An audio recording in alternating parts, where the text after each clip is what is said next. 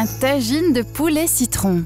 Et tiens, on dit un ou une tagine? Eh bien, c'est un tagine, c'est un mot d'origine arabe, voire berbère, qui définit un plat en terre cuite.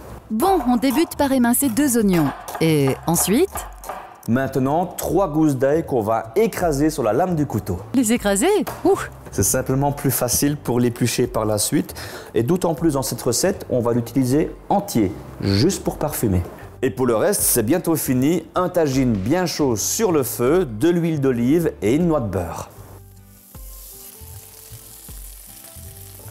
De la cannelle, du cumin, du curcuma, du safran et du gingembre frais. Une cuillère à café de chaque épice et on attaque le gingembre. Eh oui, ça s'épluche à la petite cuillère. Alors, un petit morceau suffit parce que c'est fort le gingembre. On va simplement le couper grossièrement.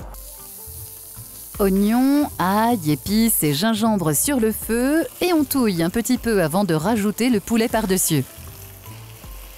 Au fait, le choix du poulet, c'est important, non? Pour la volaille, on n'hésite pas sur la qualité, un bon poulet fermier. On remue le tout, histoire que les saveurs imprègnent bien le poulet. Ça sent super bon. Avant de laisser mijoter, on ajoute l'équivalent d'un verre d'eau en évitant de verser sur le poulet. Et on laisse cuire à l'étouffer. À couvert.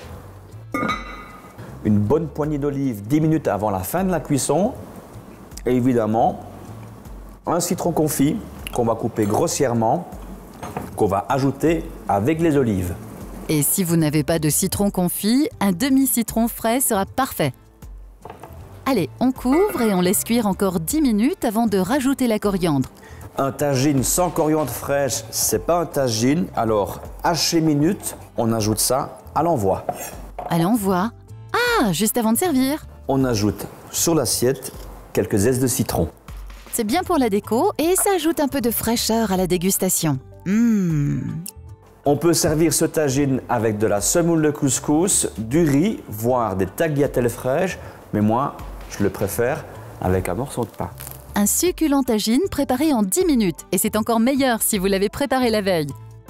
Pour revoir cette recette, en savourer plein d'autres et les partager avec vos amis, rendez-vous sur qu'est-ce qu'on mange.tv.